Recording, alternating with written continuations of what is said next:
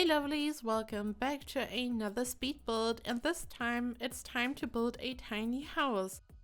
So this might be unexpected for some of you because usually I really like to build huge mansions, but not only did some of you ask for a smaller build, but there was also an announcement for a new stuff pack, The Sims 4 Tiny Living.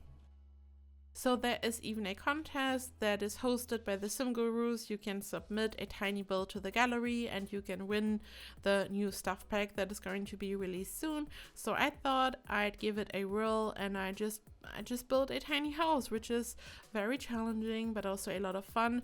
This year is definitely not what I'm best at, you could say. I'm best at building huge mansions. That's my thing. That's what I love.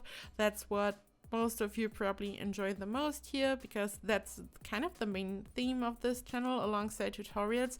But every now and then I try to build a tiny house, and I really did my best here.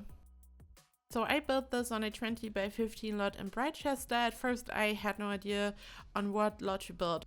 So I kind of have my favorite lots, especially for big builds, because again, that's my thing. I really like the 50 by 50 lot in Willow Creek, for example, but I don't really have a favorite 20 by 15 lot. So I actually asked on Twitter, and many people had different lots that they prefer in the size 20 by 15, so I had no idea what to do, and then started to build in Newcrest actually, but there was a rear tree in front of the lot. Then I ended up in Britechester, but on this lot the light is just horrible. This is also why I placed the lot on a different lot for the scenic shot in the beginning, so you could really see the house in all its glory. So the light is just really bad on this lot, but there's not much obstructing the view in the gallery, and the lot in general isn't all that bad. But when it comes to building, and when you really enjoy to have good light in the front of your house, then this lot is a bit, I don't know, just not the best choice probably. So I wanted to build something that's tiny, but at the same time I wanted it to look special, so of course I had to use the terrain tools. I love the terrain tools, and the terrain tools are they're just perfect to make a build look more unique and special. So I was super limited with the terrain tools here though, because of the size, of course.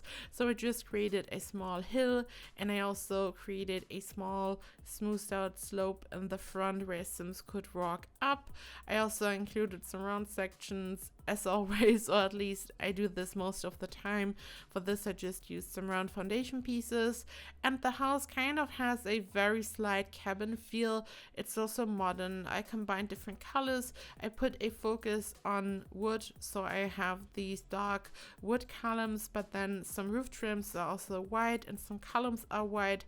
So I really wanted to have a combination of both colors, and it's super tiny on the inside really, and the kitchen turned out amazing in my opinion. I mean, at least for my standards when it comes to tiny houses, because again, this is not what I'm best at, but I think it turned out super cute. I even managed to squeeze the microwave underneath a shelf, and it's still functional.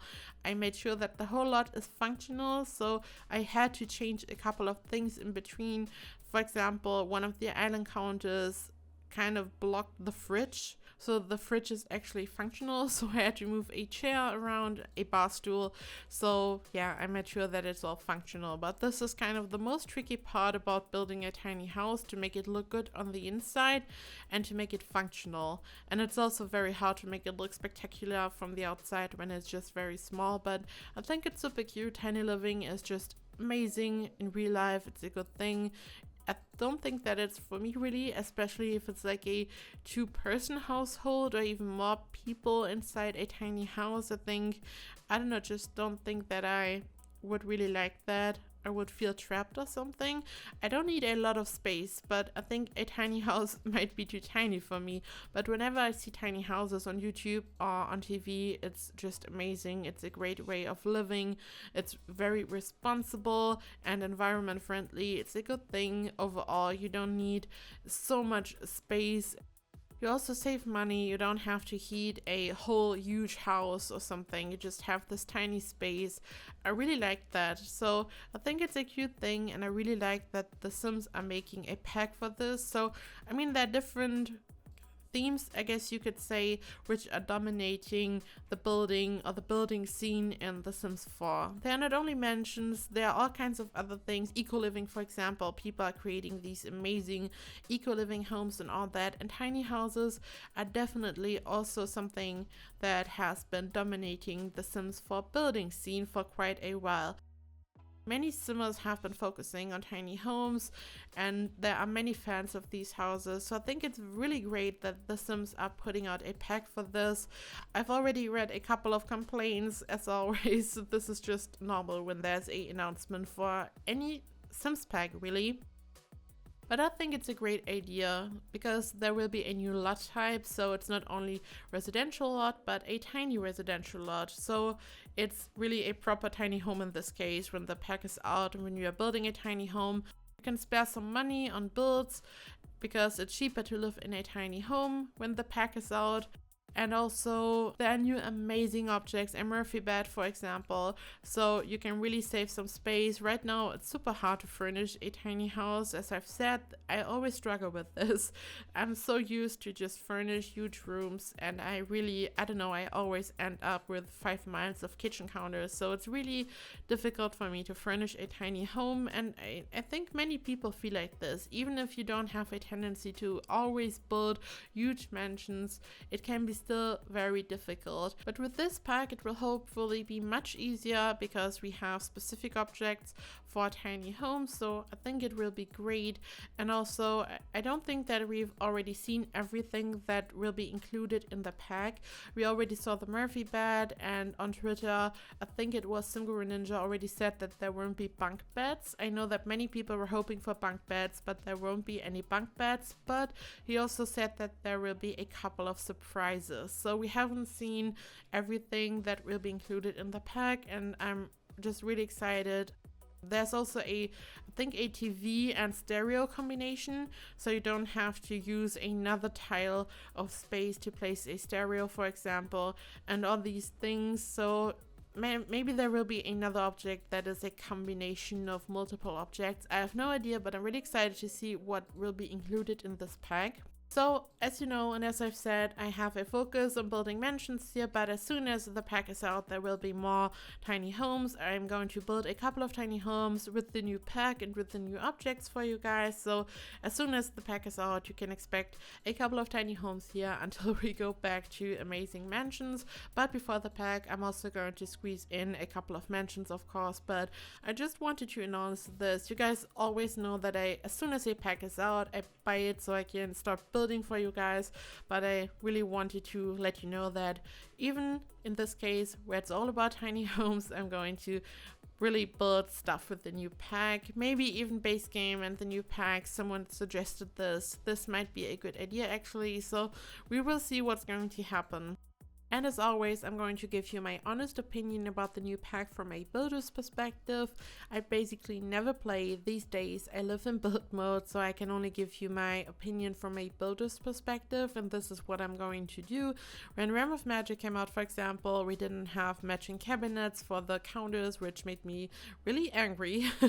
I mean, not seriously angry, but this really annoyed me. I mean, when Island Living came out, for example, we didn't have matching cabinets, but we got the shelves. But then I think they said that we might receive the matching cabinets and island counters, because the island counters were also missing. But then in a patch we got the island counters but never any cabinets, but at least we had the shelves. Then in Realm of Magic some meshes were reused for a bench, for example, stuff like this. I always give you guys my honest opinion, and yeah, when the pack is out, I'm going to take a close look at all the new objects and building options, and I will let you know what I think. But from what I've seen so far, all the new objects look fun, but you never know until you've really played with a pack. So here I'm finally working on the interior, and this is the very small kitchen. At first I used this table. This table came with Discover University, and it can be used with bar stools. At first, when I was remodeling one of the dorms, I actually confused this table for a regular table, and I placed some normal chairs, so it wasn't functional. But then I learned my lessons after you guys left me a comment about that. So yeah, here I at first wanted to use this table because I think that these chairs look so cute. I love these bar stools so much, but then it took up too much space, so I just used the matching island counter for the counters that I used. They are part of the Perfect Patio stuff pack, I think. And then, as you will see, I actually had to move them around a little bit because, as I said earlier, the fridge was blocked.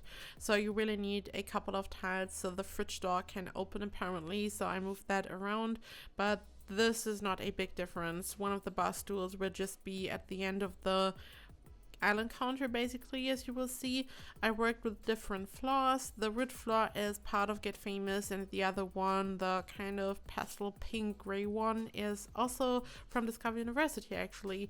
So I just wanted the interior to look really cozy and kind of modern. I ended up using a lot of white, and the sofa is a base game sofa. I just love the small gray cushions. It's super cute. And I used a vintage glamour stuff pack curtain, but then I used a base game shelf to just hide the top of the curtain because there was just a gap in between them at the top. So I just used this shelf to hide this, and I in general used a couple of shelves in this build to place some clutter on top, so it looks really cute and cozy. I feel like a tiny home has to be a bit cluttered, so it looks really tiny and magical. So it shows that you can really use the small space to decorate it and to make it look cute, which is again what's so challenging about this.